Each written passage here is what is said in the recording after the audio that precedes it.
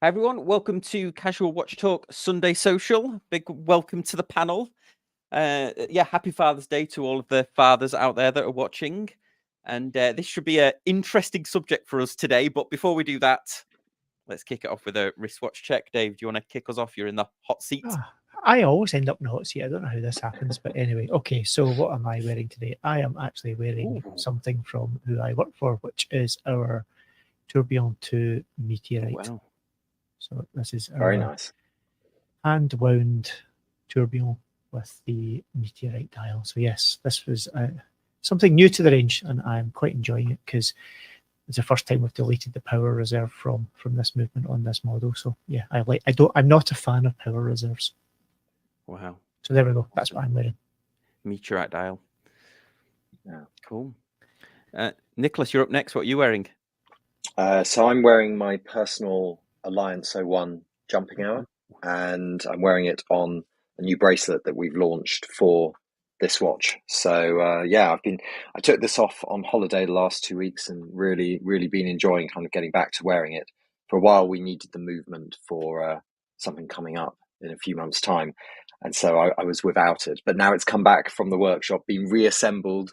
And seeing as it's a watch I actually spent my own personal money on, I was like, no, guys, I need my watch back. Like, it can't just stay as broken down for parts. Like, yeah, plus you can't get another one, can you? Because they were so limited.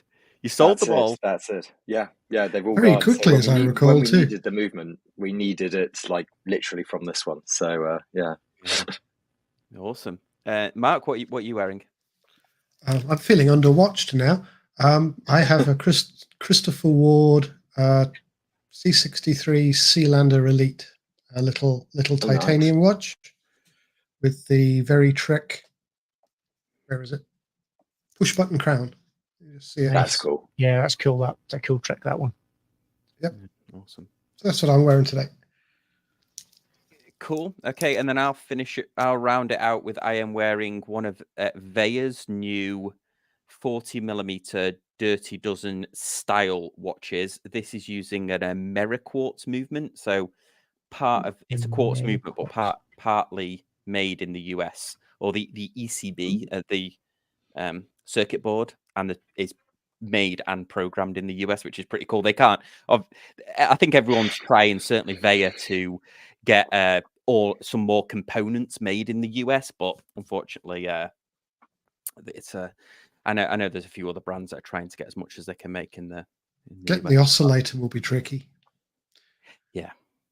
I think let me just add Pete in if he's ready. Pete, let me just add Pete. Are you ready? No. Hey Pete, are you ready? You okay?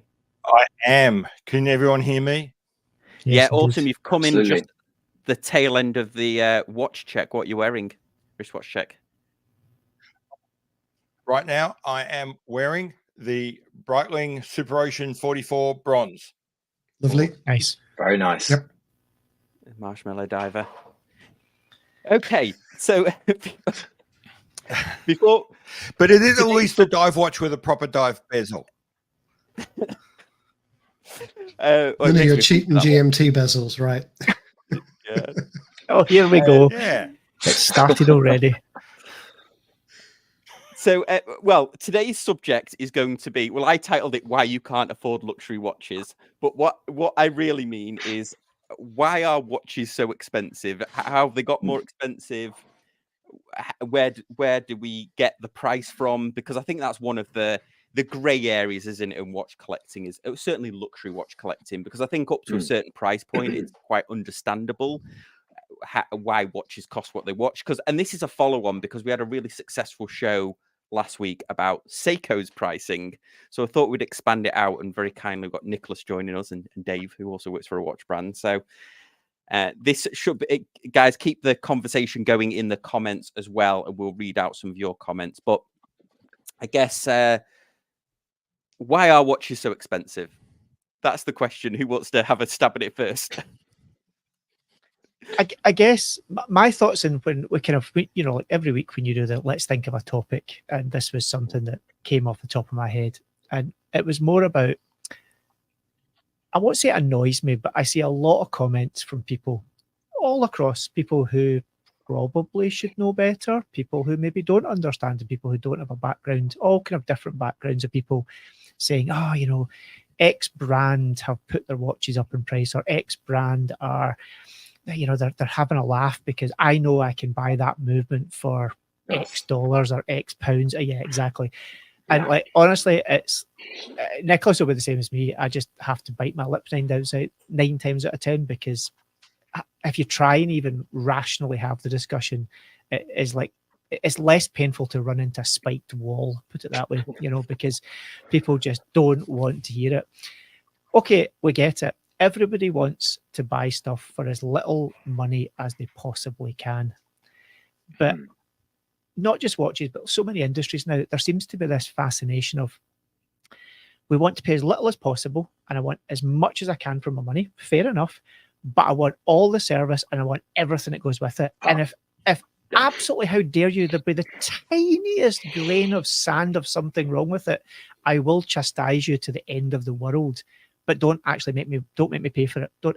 Absolutely do not make me pay for it. And it's the phrase of, you can't have your cake and eat it, I'm afraid.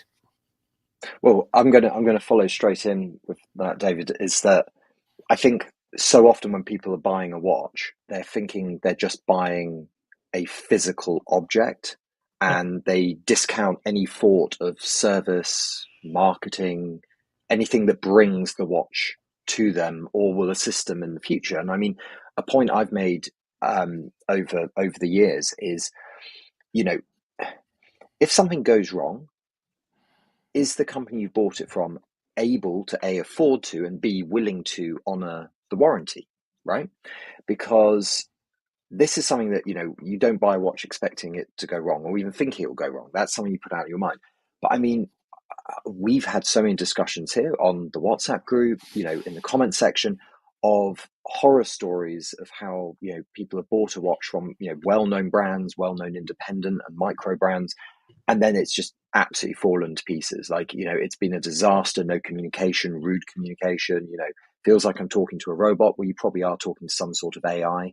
And you're sort of going, well, actually, let's take a step back and go, buying a watch over, I'd say, kind of $10, £10, you're now buying something that's actually a luxury, right? Because it's doing more than the basics of telling a time.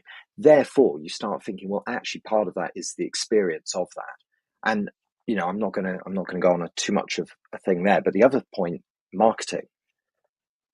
How many times, and David, I know you were at Wind Up San Francisco, and how many people, almost every person who comes up to the stand goes, it's so good to see the watches in the metal, right? That gets said all the time. You know, collectors absolutely love that.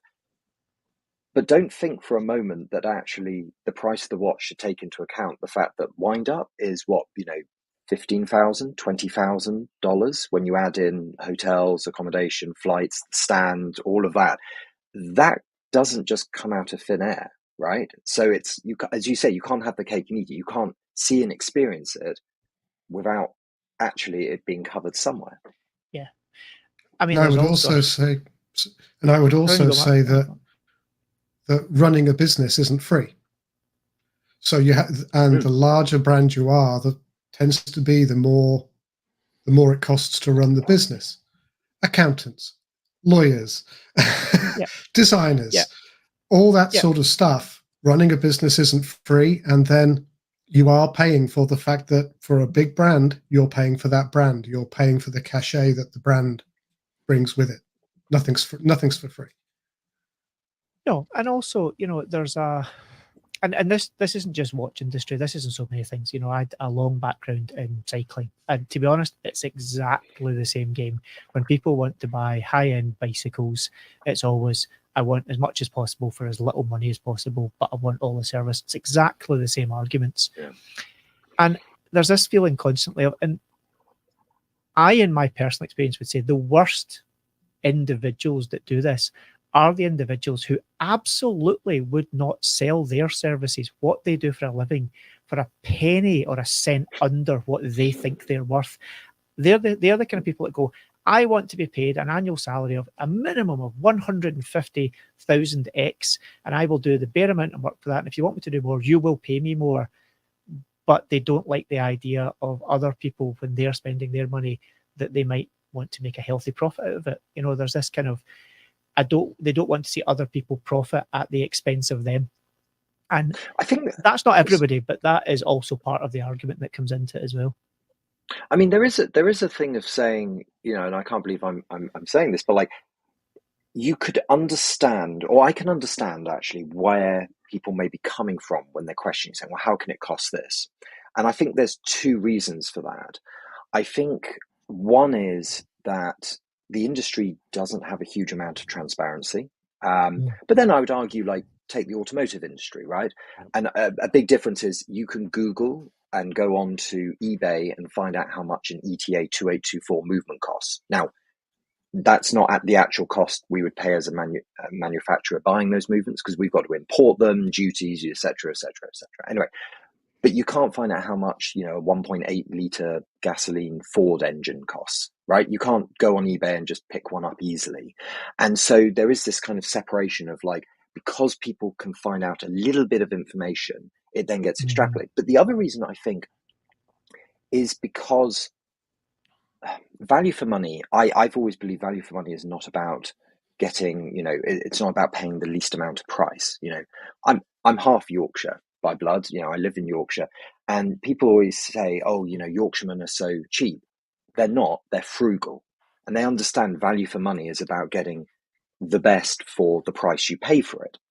Now, I would say that there are certain brands that do take the piss. You know, 100%. they absolutely are taking the piss. And I would say, not only with the rise of social media, YouTube, etc., but also with the influx of micro brands, small independents, often offering much superior value for money, it's begun to expose, you know, 20, 30 years ago, 20 or 25 years ago, when I first got into watches, there was no forum literally to talk about it in a negative light. Whereas nowadays, people will discuss this openly and criticize. And, you know, if there's a problem or an issue, quite rightly, people should be able to voice that. But I think it's a lot of noise, a lot of information. So I can understand where people would come from.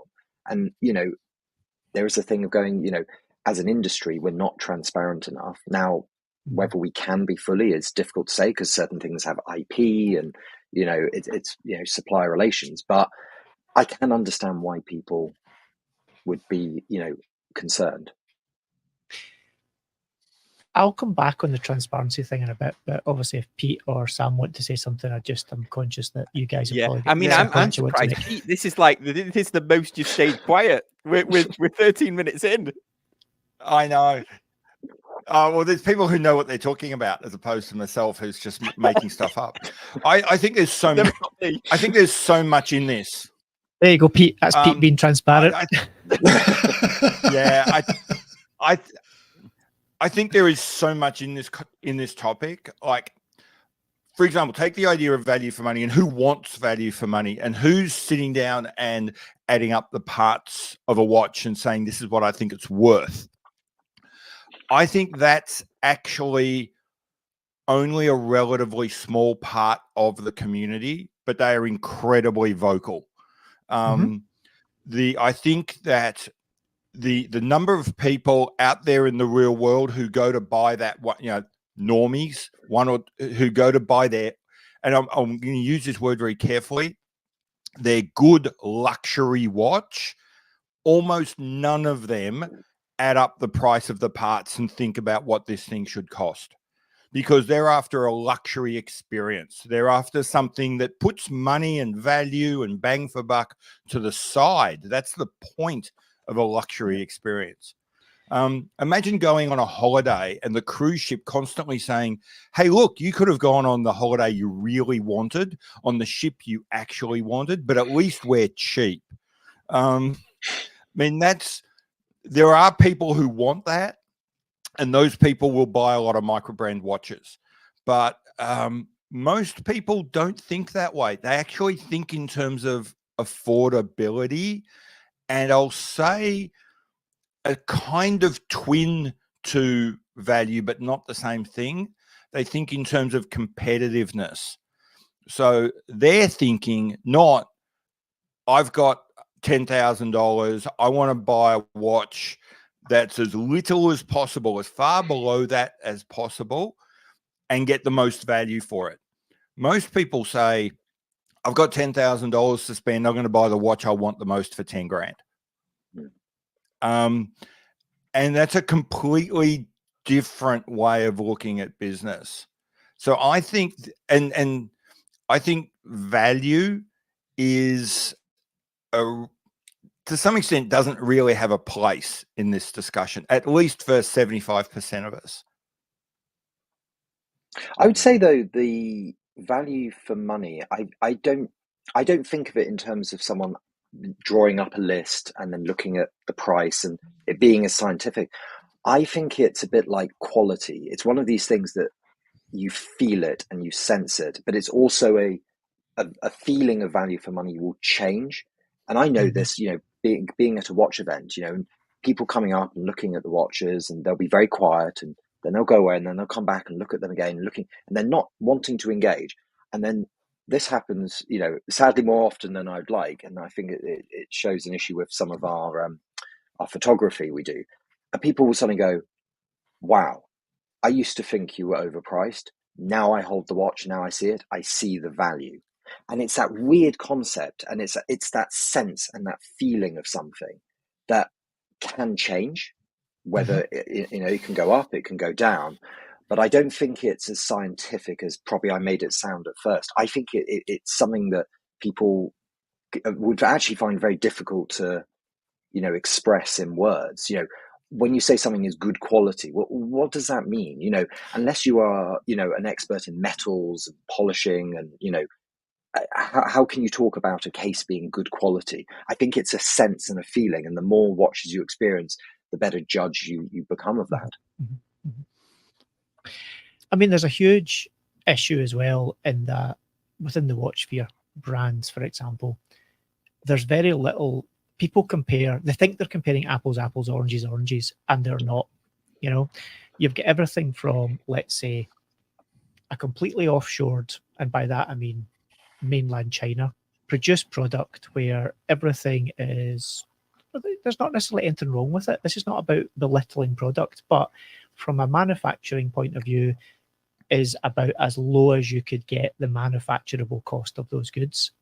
And they compare them to something from an altogether different proposition, maybe something that is, say, for example, predominantly made in Switzerland. And if you even remove the perceived quality value difference in there, just by making a watch in China or making it in Switzerland, it will be incredibly more expensive just by doing it in Switzerland, because Switzerland's expensive. It's just an expensive place to do things. And, that goes for lots of different facets in it. It also depends. People don't typically, and this again goes out with watches, that people don't give real consideration to the cost of the intellectual property or the ability of individuals to do things. If you want transparency, with Araj, for example, we do our own movements. Okay, fine, we do that. But people have zero understanding of the time and cost involved. Our first K1 movement took 6 years, roughly 6 years from start to finish, just in engineering and pre-production and prototyping. And it was in and about between 6 and 8 million Swiss francs in development costs, whether it was people, machinery, engineering, and all those costs. And that's before you've even sold one watch or even one movement. And, if you want to people want that type of thing and they want to immortalize it. And it's amazing how many times we get things like, how much is that watch? It'll be, let's say, 5,000. Well, I could buy a much more well-known brand. And I'm not going to name brands because it's not fair, but I could buy a much more well-known brand for that money. And it's a better proposition. Then you say, okay, compare, what are you comparing?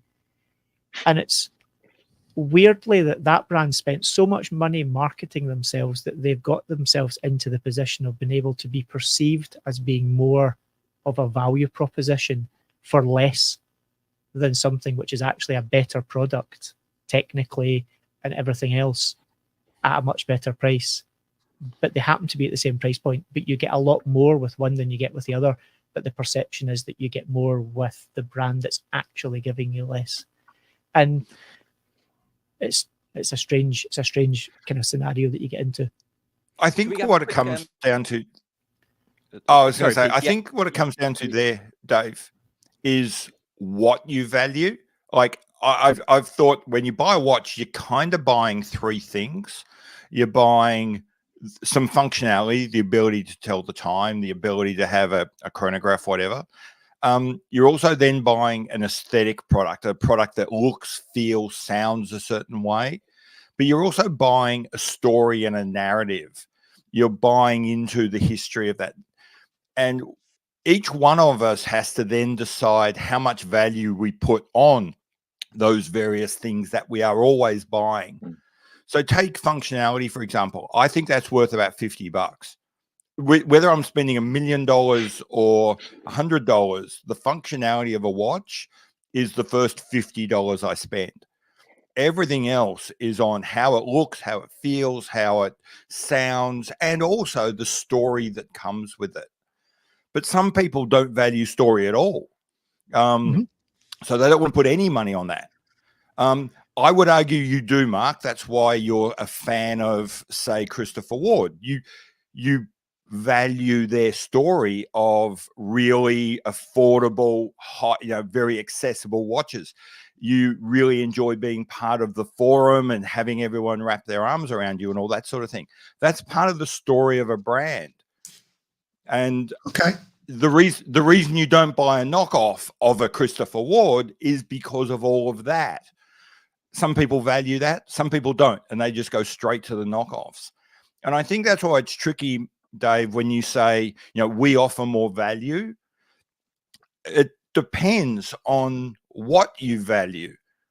For sure. If there was a consistency in the argument, if someone's argument is, I am buying into X brand because I like the story or I like the environment or the people, that's absolutely fine. There's absolutely nothing wrong with that. Not always, but more often than not, that same individual who's arguing that way on that front will then argue on the billing cost. Oh, these parts individually don't add up to this level. There's a lack of consistency of argument. I have no problem if someone has got a very strong argument and they stick to it, whether I agree with it or not. I can absolutely respect that person's standpoint. It's like, fair, you've got your opinion, you're sticking to it, good. But when there's no consistency to their argument, that's where it begins for me to fall down anyway. Oh, people are liars. There's never any consistency. 100%. Should we read out some of the comments that we've got through as well? Because the audience has been very active here. So the title was "Why You Can't Afford Luxury Watches." So Eb says, "Wife and and then Good Rod answer. says, I can't afford luxury, anything, I'm skint." So sorry about that, Rod. Sympathy for the Bezel says, when the manufacturer or vendor posting videos about their Ferrari break-in or how they have over 400 watches in their personal collection, it's kind of hard to believe they're not making money. I mean, before we go on, any guesses who he's talking about? I've got a pretty solid suggestion who that might be. I'm not sure who. Wonder if he's Dutch Irish. I wonder. Oh. That was subtle, Dave. Oh yeah, no, I don't know. Names. There's plenty of Dutch Irish people out there. Bill Kay says in audio electronics, it's commonly known that an average part costs about 20% of the retail price. Yep. There are many other costs to manufacturers as well as distributors and retailers. And I tell you, I wish watches that the average parts cost was that low, because it definitely, absolutely is not that low. Margins in the watch industry, if we're talking margins in percentage terms, compared to many other industries, is pretty poor. Yes, the price points are high, therefore the number of pounds, dollars, francs, whatever, per transaction is markedly higher than a lot of white box goods, electronics, whatever you want to call it. Because, they are produced in such high, vast numbers and sell in not the tens of thousands or hundreds, in the millions. Watches don't sell in that volume. So the price points are typically higher because volume's lower. But I wish our parts count was that low, or parts costing was that low.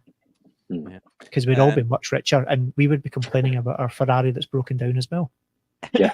We got three more comments here. So New Jack fan page says, amen, 99% of watch collectors only want the sweeping to look nice and the movement to do the job when it comes to function. That was in reference to your comment. I'm not sure about that. Yeah, I don't know. I mean, Sam, you would probably test the death out of the accuracy, wouldn't you? Yes, and it has to have the date. Oh, of course. Yes, It's got to have the date. It's got to have the date. That's the functionality thing that Pete was saying. You're paying $50 for the functionality. Yeah, there's the weirdness on functionality. I mean, for $50, I can buy a quartz that'll beat any mechanical watch that you buy. So the idea that the mechanical watch has to have a certain level of like accuracy is actually an aesthetic choice, or a story choice. It's not actually functionality. If the function was important, you would have bought quartz. I would probably argue a little bit with that. I think with the accuracy, we had this conversation with Seiko, doesn't it? I think the accuracy of a movement shows that there is. You want to know that you're paying a price because there's been some level of care that's been taken in creating a movement and regulating it and stuff like that. So I think when you're paying higher end, the accuracy, I think, I don't disagree with you. That part of the story is very important, but it's not functionality. Listen to every word you just said. You want to know about craft and care. That's story. That's not functionality. Okay. I think I agree with both of you, actually. I think you're making different points, but I do agree with you, because I think, like, when I look at how we do things at Fears, like, once a watch has been built, it then goes through over 2 weeks of time testing before it will be released to then be sold. Yeah. That does cost, right? Like, doing all that time testing, shaking the watch around, making sure it's going to be absolutely fine. But it's also why, our return rate for warranty repairs is absolutely minuscule, to a point that, like, most watch brands don't, think I'm crazy when I'm complaining, like, oh, we've had a warranty repair, and they're like, sorry, you've had one repair today? I was like, no, we've had one repair this quarter. And they're like, that's unheard. But that is where all that testing, it's functional, because it means we then don't have very many watches coming back for repair. But it's also, don't get me wrong, being able to say we do 250 hours of time testing on every watch, that's also part of the story. That's part of the brand. That's part of the elegantly understated. So that's why I would agree with both of you. But I think it's, a lot of people could then say, well, I don't want to pay for that. I don't want that. And it's going, well, no, but you want a Fears? That's part of Fears. It's not just the metal. It's not just the heritage. It's not just the aesthetics. It's also about the things that you don't see, painting behind the radiators. Yeah. Process steps. I think that the thing that we talk about every day in Araj is process steps. One of the biggest things we do is, as I've mentioned, we do our own movements, and that's from like design, engineering, physical manufacture, through T0, T1, T2, T3, up the way. We do everything. And there is, on average, in one movement, circa 2,500 individual process steps per movement. That is a just ludicrously large amount of process steps. And that's the minimum you can get it to the point where every single component that's got holes drilled in it, someone has to sit and physically measure every one of those holes, both physically, by touch, and also optically, and class them all. And it's just mind-numbingly costly to do that. And that's the kind of costs that don't get seen by most people. And if you don't do that, Sam doesn't get the watch to test that he's happy with its regulation, because one of those is out, just one of them is out, and we're talking by microns. The aviation sector doesn't work typically, certainly in the vast majority of components, don't work to microns, and I'm talking 2 microns. Neither does anything else. Formula One, none of these things that people think are high tech. Basically, watches are amongst the highest precision mechanically produced items on the planet, and there's very few folk can do it well, and it's very, very, very expensive to do it. Yeah.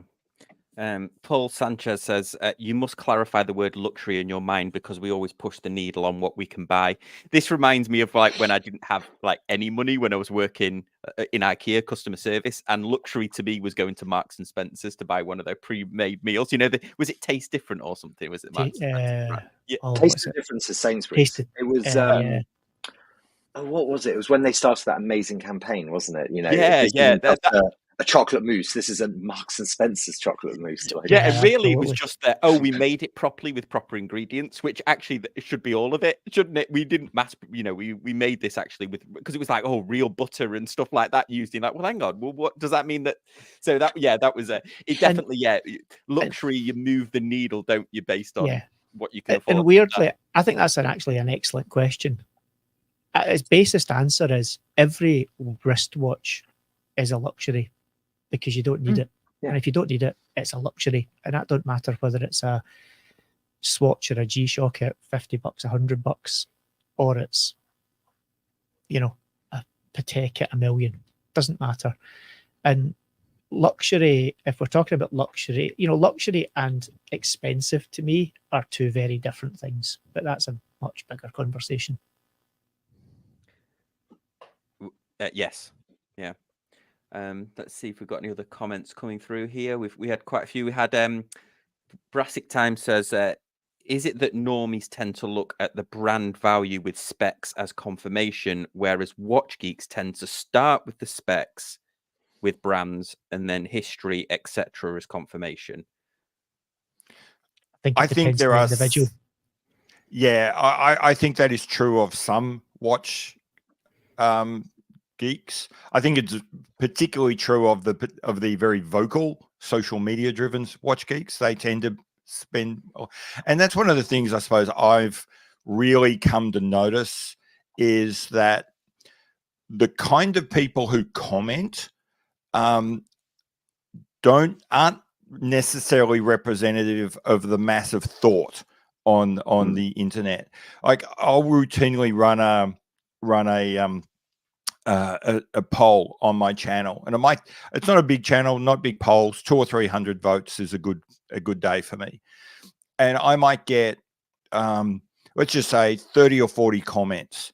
It is almost routine that if I run a poll, the comments will reflect the minority view.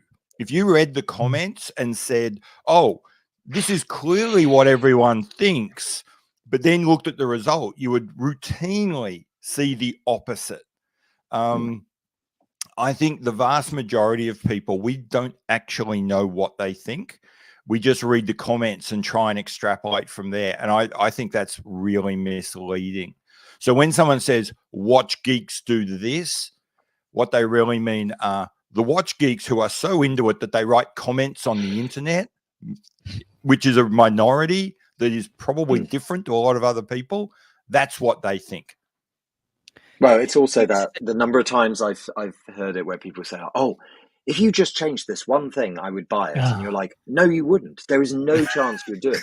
But actually, to your point, Pete, the one thing I mentioned about wind-up events, and what I love about wind-up is people can say anything, but watching someone's eyes, very rare eyes that don't people lie. can hide that. Yeah, eyes don't lie. It's very, very interesting to see whether people do or don't like something with their eyes.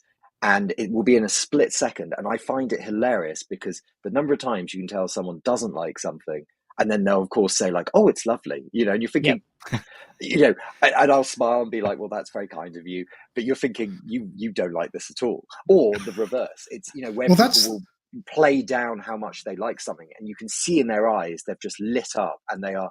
And I really like that. But you're so right, Pete. Like the comments, like I read and consume a phenomenal amount of watch media, both reading blogs, reading online media, reading physical print media, YouTube, podcasts, Instagram, the works. I think I might write one comment once a quarter on something. And I'm someone who will happily express my opinion and my view. and I'm just not giving my. So actually, you're right. Like, they're not reflective of all what people are thinking and what's going on, but they are very vocal, and people see it, and you can see on a comment thread if it starts positive, and then one person comes in negative, and then another person goes, actually, that's a really good point. It just sways the where the rest of the thread will go. It's like political polls, isn't it? Yeah, I did like Nicholas's reference to the comedy of manners. It's almost like, if you can't say, as your mother should have taught you, if you can't say something nice, say nothing. Yeah. Sort of. And I think that's with comments is more and more I'm commenting less, because that's the way I'm going. And there's too many other people with opinions. Nobody needs mine when you look at all the other ones. I mean, there's definitely that thing of comments is like everyone's got an opinion, but fine, okay, that's the internet. But I think the internet's removed that point of barrier. There's so many people who say things on the internet they would never ever dream of saying to your face. They just wouldn't do it, and that happens a lot for sure. But it's just, I think I can understand what you're saying. It's just people need to calm down. I think we need to take a reflection of that. It's a tiny minority of a tiny minority that is the most vocal. It's the 1%. And it's a self-selecting tiny minority of a tiny minority, so that's not representative right from the start. Yeah. Any poll or comment where you essentially volunteer rather than be asked to comment, that means you're self-selecting. It's like statistically, just throw that out the window.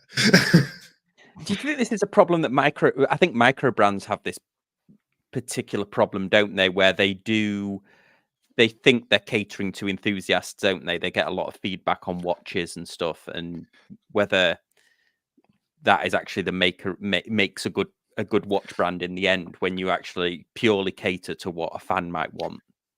Well, there's a lot of failed brands, right? There are so many brands, and I'm not going to mention names, but I remember when I restarted Fears nearly 8 years ago, there was another small brand, and it started a few months before mine, I believe. And I remember in those first few years, people keep comparing us and going, well, they're offering such better value for money, and they were selling more than us. Oh, they disappeared over 5 years ago, right? They're all gone. So if that watch ever breaks, heaven knows if there were even spare parts were manufactured, let alone are accessible. That watch is gone, right? Whereas, I know this because, I was going through before I went on holiday, I was going through our quarterly management accounts. I know what stock we hold of parts, and I know the value of those parts, and I know how much we paid for those parts, which we hope we'll never need to use, but we still got to do that so that we've got, I worked at Rolex for 5 years as an apprentice watchmaker. They had parts in London that for watches going back to the late 1950s, and this is in the 2010s, right? That costs a phenomenal amount of money, not only to manufacture it, but to hold on to it on the off chance that someone's bringing in their 1962 date just that needs a new date wheel to color match, blah, blah, blah, and I think that's something that people really don't necessarily appreciate when they're saying like, oh, this is way too expensive. It goes back to service. It's not just about warranty, but it's also about saying, I don't think there's a watch brand out there that doesn't say, our watches are built to last, a lifetime, it will outlive you, etc., etc. But I always kind of go, well, if you're saying that, it's also about saying, and there are parts, and they are serviceable, and they are repairable, and and those things cost, right? Those things cost. Development of new watches, right?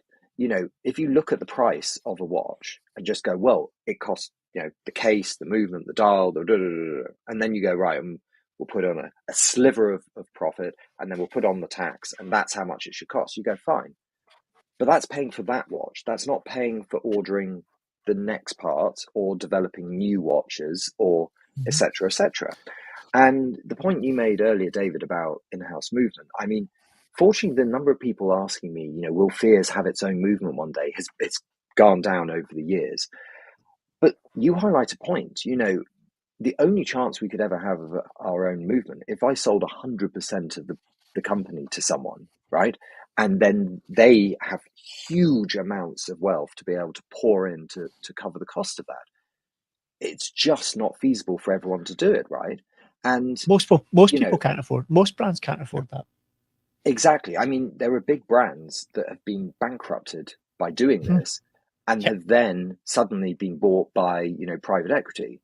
Things happen for a reason every time, and I think that is forgotten. That, like, you know, some brands are in a position they can, a lot aren't. I mean, you know, I was thinking of one Swiss brand in particular, you know, very popular in the enthusiast scene, and they have a couple of their own in-house manufacture movements. People were saying, well, how can they do that for this price? And you're saying, well, firstly, they've been going non-stop for over 100 years. Secondly, for so many of those years, it was just off-the-shelf ETAs, and no one complained. And with that, they were able to build up the funds to be able to invest in doing that. So there are a lot of things where I hate to use that cliche, you know, a little bit of information is dangerous, but it is, I think. Like, I think it can be incredibly dangerous.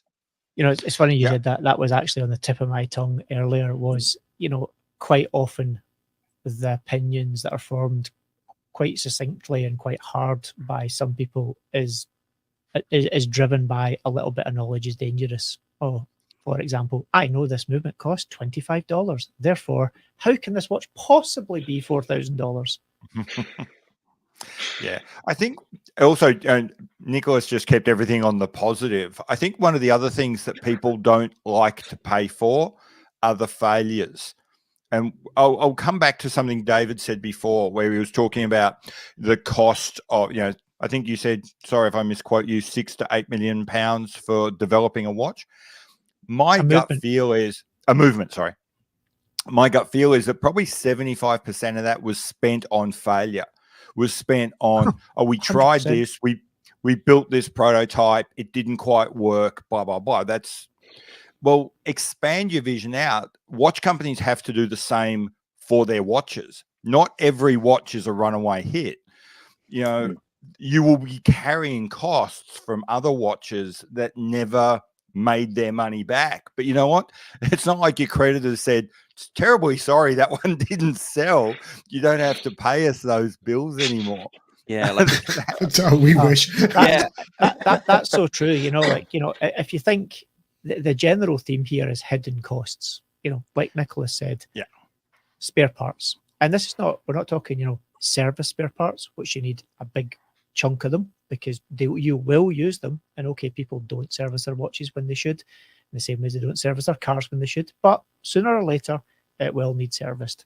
You need those parts. But it's the vast shelving of small numbers, of vast numbers of SKUs of parts that you will probably never, ever use. But you have to have them because sure as damn it, the one you don't have is the one that you'll need. Therefore, you need them all. And, you know, lead times for parts is not short. And when someone sends their watch in and they need a part that you don't have, it could quite literally be 6 to 9 months just to get that one part made. And when you ask them, when you have to make that one little part, the cost for it is so ludicrously high that this is why some of the big brands, they don't even service the movements anymore. They swap them out because actually it's cheaper for them to swap a whole movement out than it is to actually service the movement on it. And that's not about being unenvironmental or, you know, really poorly efficient. It's about cost. It's simply about cost.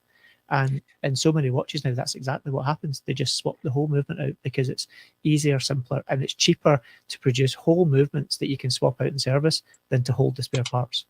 Yeah, when I had that one, that was it. If you read the Blog to Watch article, I think it was this week, about servicing has to be faster. That's the reality check that whoever it was from a Blog to Watch clearly didn't get, is that, you know, because a lot of people will complain if you swap the movement out. How dare you? I want my movement back. Well, yeah, are you prepared to spend 1,500 Swiss francs on a gear wheel and wait 9 months for me to make it? Clearly not. Yeah, but then you see, Mark, that's also the difference. See, if you take 100 people who buy I don't know, let's just talk about, I don't know, Omega Seamaster, right? Very commonly sold watch out there. 100 people. Of that 100 people, probably 80 to 90 are Joe average dude who just wants a nice watch, couldn't care less. That's it. And a small percentage are hardcore watch people.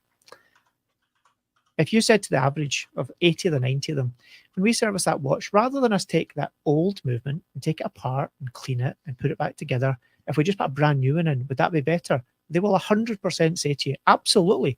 If you went to your car dealership and said, instead of servicing your engine, what we'll do is we'll put a brand new engine in your car, you'd bite their hand off. You'd be like, please do, please do. Or like an with a watch unit or anything. With a watch, you've got us going, oh no, you know, the patina on that's taken me so many years of just not servicing my watch when I should have to get that patina. Please make that old movement work. But that's one of the vagrancies of this wonderful little world we work in. And that's why brands do it. Like, because for most people, they would rather that. Bugger patina, if you're offering me a free new movement, I'll take it. Yeah, I'll take it. And I think there are some brands that really lean into this as well. I'll use Breitling because it's a brand I'm familiar with. For example, they have the Breitling B17. It's and people get really upset about this, that it's actually just an ETA 2820, I think 2824-2, and you know, they should call it that. But the thing is, the Breitling B17 has been in service now for around about 20 years. It's been an ETA 2822 from 20 years ago. It's been an ETA 2822 from last year, which, by the way, are not the same movement. There's been a whole bunch of changes to those movements. Sometimes it's been an SW200. And at the same time, that SW200 from 20 years ago is not the same movement that you get anymore. But Breitling just call it all a B17. So if you bring in your watch from 20 years ago that has a bung B17 movement and you get a new B17, those parts are not 20 years old. That's a brand spanking new movement with probably a different power reserve and a whole bunch of other things. But as far as the brand's concerned, it's a Breitling B17.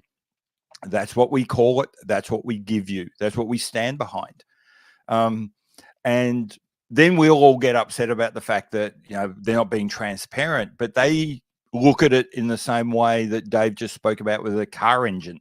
You know, if you brought your Ferrari, if that Dutch Irishman brought his Ferrari in with a busted engine and was told, "Don't worry, come back in 3 days. We'll have a car with a brand new engine," he'd be perfectly happy.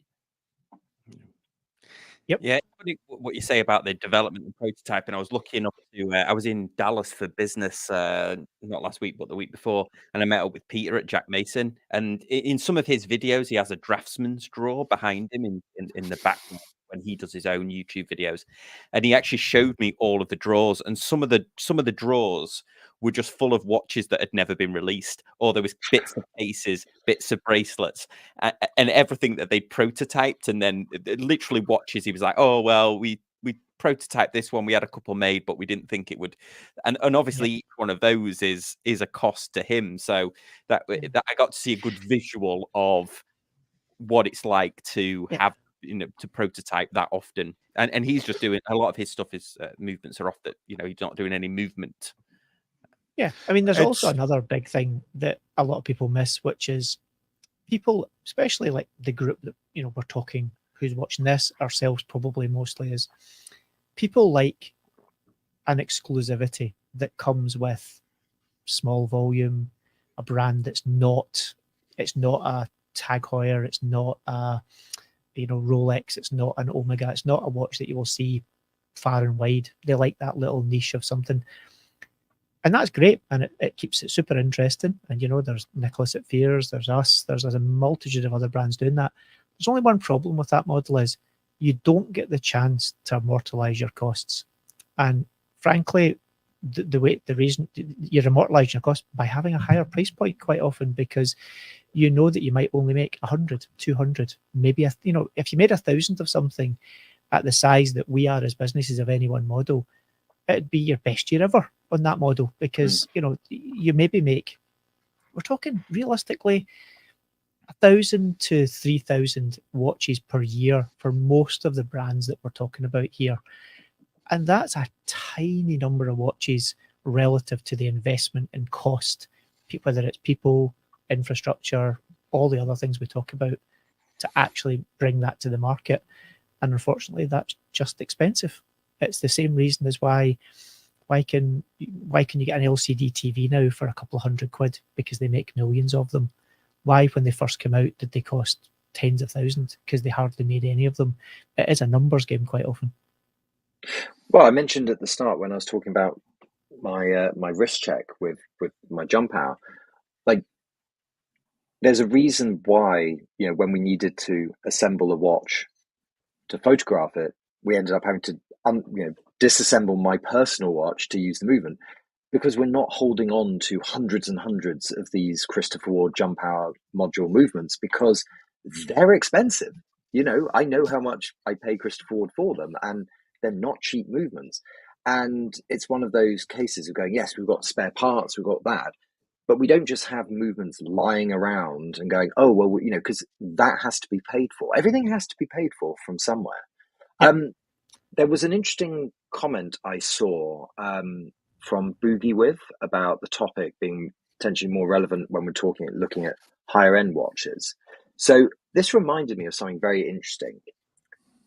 If you ever look at the pricing of Laurent Ferrier watches, if you look at the price of the watch in steel versus gold or platinum, the gold and platinum is actually a tiny increase.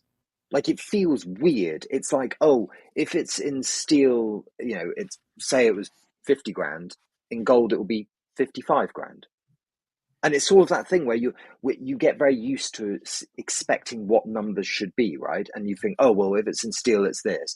And if it's in gold, it's this. I mean, you know, look at the price of a steel Datejust versus an all gold Datejust or Daytona, or, like, you know, look at Rolex, look at you know, everyone in their head has a kind of idea of like, oh yes, gold is so much more.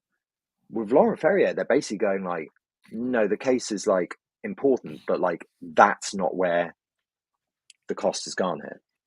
I'm so glad you opened that door, Nicholas. I'm so Yeah. glad you opened that door. So Yeah, on that exact topic, we have had this as a thing with Iraj for a long time, way before I started. And internally, it's called the golden ticket.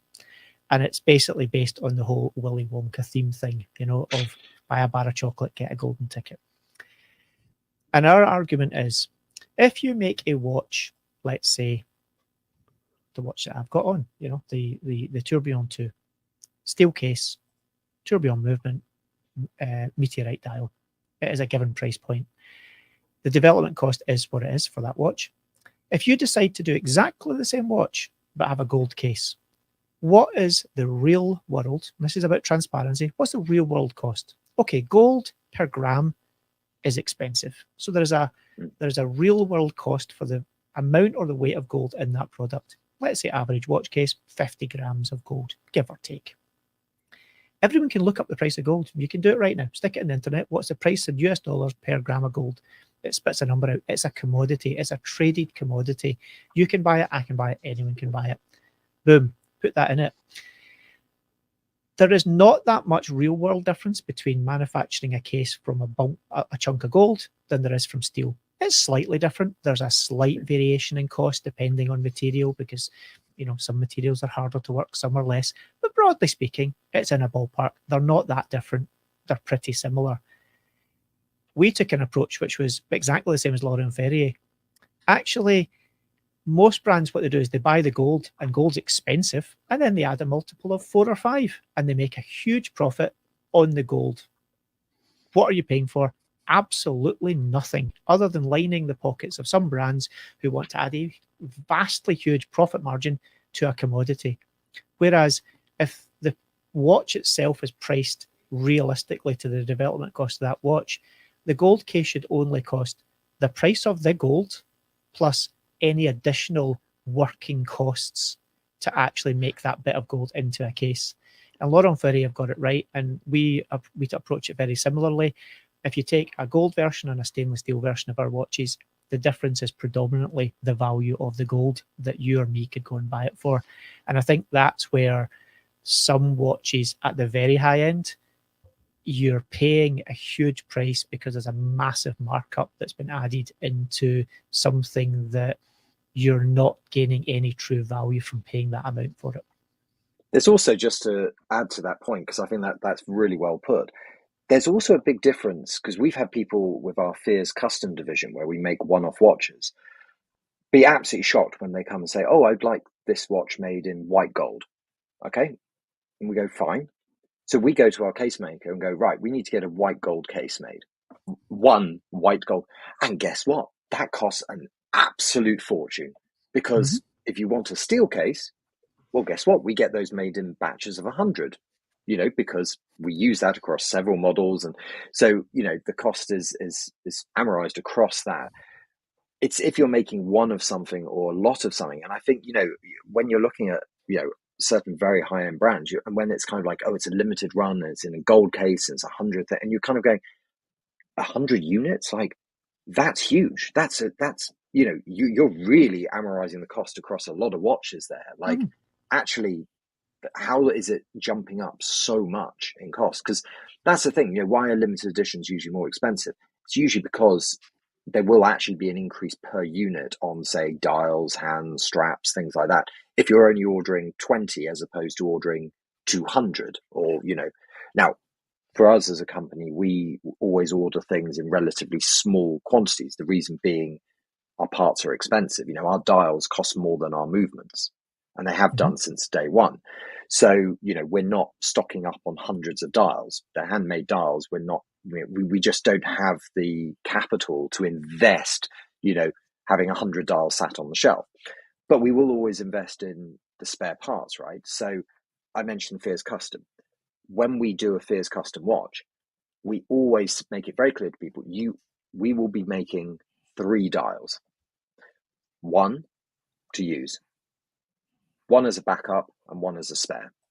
Because if we get just 1 single dial and we fail it for QC, we can be waiting another 8, 12 weeks for another dial to come through.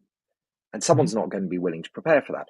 But also that translates to, as we have sadly had it in the past, where someone dropped their watch, glass shattered, needed a new dial. And we're like, oh, well, you've already paid for the dial. And we have the dial in stock. It's all secure. So we can, fit that. Otherwise, it would have been a conversation saying, right, get out your checkbook. This is going to cost you, and it's going to take 3 to 4 months. Yeah. There is a thing to be said for quantities. Making 3 dials is less expensive per unit than making 1 dial, making 30, making 300. Dave will know all the different price breaks on all kinds of components, but the price breaks exist. They're real, and that makes a big difference.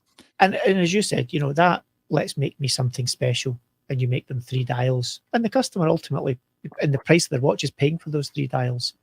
But as you know, go to any dial manufacturer anywhere in the world, mention a number less than 10. That's, quote, prototyping or sampling. Yeah. To be honest, under 50 is pretty much just volume prototyping. 50, okay, they're expensive, but we can do it. 100, okay, now we're talking numbers above that. Price incrementally comes down. But, again, most of these brands, you might be lucky to hit 100 MOQ for 1 dial color for a year, 2 years production of that watch in some cases. And in the grand scheme of the bigger watch industry, you're paying through the nose for that type of product to get that exclusivity. And that's where part of the price comes from. Price comes from the exclusivity, and it can be disproportionately expensive to the perceived value of the product. But that's just the way it is. It's funny. I just ran a little game while we were talking. I was listening at the same time, but it was interesting talking about the idea of pricing and costing and that sort of issue.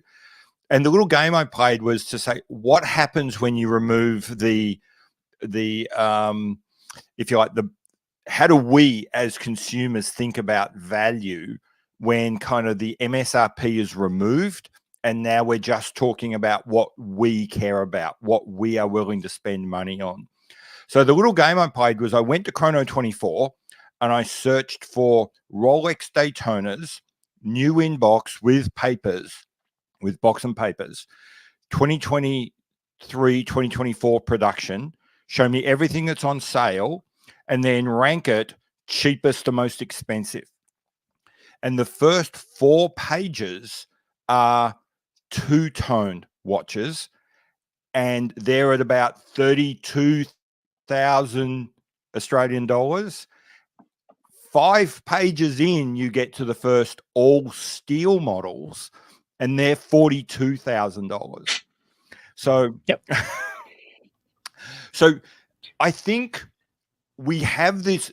I use this example because it really highlights, if you like, the difference between the way when a certain group of watch enthusiasts look at a watch and they have an idea of what things are going to cost, actually is vastly different to the way people have this sense of, well, what's really desirable and what am I prepared to pay money for?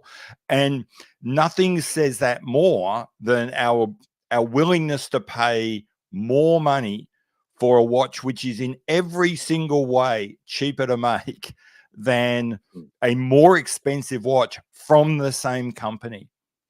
Yeah. Yep. That is the madness, though. You know, if you look at automotive, people will pay multitudes over the retail asking price for, I don't know, an unusual Porsche, for example. So something like, you know, a GT3 or something like that. Understandable. That's a supply and demand thing. Fair enough. Would I pay over the odds? Personally, no. But I understand why people do it. I, to this day, have never, ever understood why people would pay over the odds for a Rolex. It proves to me, and I apologize if any of you listening to this or in this audience have done this, but if you pay over the odds for a mass-produced volume product, you are insane. You need to go and get yourself checked out, because that is just, I just don't get it. I do not get that kind of mentality. But anyway, that's just me. Oh, interesting. We've got a couple of questions. Oh, you've got lots of good comments here, Sam.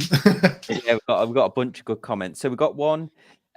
So Rod says there must be a possible scenario where an entire new movement devalues or diminishes the watch if it's and that's right. If it's vintage, I mean, this is what Omega got stung for, didn't they? At the when they thought they had a genuine Speedmaster, that rare reference, and it turned out it was been fraudulently made up from different pieces. They thought they were buying a movement correct, non-sold, brand new watch themselves, and that was Omega. This for me is absolutely true. That comment is as true as it comes. But the bit I don't understand again about this is watches is almost like a little isolated point where people will pay for what in any other collecting sphere would be regarded as substandard. You know, vintage Ferraris, if it's not looked after, if the rust isn't dealt with, if corrosion isn't dealt with, if paint's not kept pristine, if it's not repainted by the right people, with the right skill set and all of these things, it's worth less than it would be if it had been looked after. Watches has got this weirdly wonderful thing of, has it ever been serviced? No. How old is it? 50 years. Oh my goodness, excellent. I'll pay double for it. And you're just like, well, it's funny. When I went, but it's true. I don't agree with it, but it is true. When I was starting out doing my watch reviews, I was very kindly afforded a regular audience at Bob's Watches where they would pull watches out of their archive, and I actually sat with one of their valuers, and her name was Sam, and she was telling me that there's this thing known as crazing on a dial of a Rolex, where the original shellac or whatever they put over it would crack, and it would form like a nice sort of like cracked porcelain look. And she was saying, oh, this is this value, but she says some of the watches the dials don't crack all the way, and people don't like them. If there's just a small amount of the finish is cracked in one corner, it has to. They actually value it on how the crack is is across the entire thing. If it's just in one section, it's not desirable. And you know, and that is an exact analogy of that is high art. like, you know, your super valuable art. People are paid millions. They're paid to rectify exactly that on paintings, Yes. because it's not deemed as being a good thing. Whereas in watches, it's like, oh yes, double it, triple it in value, put it in auction. Ah, Yeah, There or was- the fading of the dials. The fading There of the was one question that I hope Nicholas can answer very easily Oh yeah. from way earlier in the conversation. Are you Okay. going to be at Wind Up Chicago? I think it was Paul Sanchez. Yeah, no, I did see that one as well. Sadly, Fears and myself won't be at Wind Up Chicago. We've got a conflict, so we won't be there, but we will be at Wind Up New York. So we will be returning for October for New York, and we will also be heading in the autumn up to Canada. We'll be spending a week traveling across Canada. So yeah, we've got quite a lot of things going on in the UK for the next few months. But then we'll be back on the plane soon enough. And if anyone's heading to Geneva Watch Days, I'll be there myself with a couple of my colleagues. So and we've got a Fears event on one of the evenings. So message me if you're keen to attend. But no, sadly, I will not be in Chicago. We're unfortunately not going to be in Chicago either. We wanted to be, but of the 3 shows, it's the smallest, and they didn't have space and capacity, unfortunately. But like Nicholas, we will be at New York for definite, and we've got I think a week of events beforehand in Washington and various places, and then I think at least half a week to a week of events post that event as well. And I think we'll also be in where else? We're going to be in, I think we're going to be in Singapore and Taiwan at a couple of points as well, and we've got a few events in the UK and Europe. So yes, like Nicholas, always on the move. Awesome. So I think we got one question. Does anybody know if enamel dials wear with time? Yes. Yes, they do. I mean, it depends how you look after them. It's like anything, you know. It's a vitreous glass. It can, if you're not careful with it, you can damage them and you can break them for sure. And also with an enamel dial, depending on humidity, depending on temperature, depending on light conditions, etc., it can degrade, albeit over a long time. It's not going to happen in a couple of years. You know, you might need to wait 30, 50 years. If you put it in a humid, super sun, super UV intensive environment, certain colours will degrade more than others. The one good thing is modern materials, as a general rule, are significantly more UV balanced than old stuff. All the stuff we see from the 40s, 50s, 60s that's got all these beautiful washed out patinas, faded ghost aluminium bezels. Actually, realistically, you'll see very little of that in the watches that we are buying nowadays, 50 years from now, because the product quality is infinitely better and they're just designed to last now. You know, they don't degrade in the same way as they would in the past. So whether that's a good or a bad thing, I think it's a good thing, because, you know, if you've got a product that stands the test of time, I think that is testament to the quality put into it. And I think quality put into every watch, whether it's 50 quid or 5 million these days, is significantly better than a lot of these vintage watches that were made in the past. Good watches, all be they were. The quality nowadays is a moonshot higher than it was back in the day. Yeah, if you're a Rolex fan and you haven't seen a vintage Rolex bracelet, that's an eye opener, isn't it? If when you pick up one of those vintage and it feels I was like wearing on holiday. I took my 1970 Date Just with its original Jubilee bracelet, and I wore that the whole holiday. And yeah, it's a lovely piece, lovely watch. It's great. And then I got back to York, and I first put my Redcliffe date back on.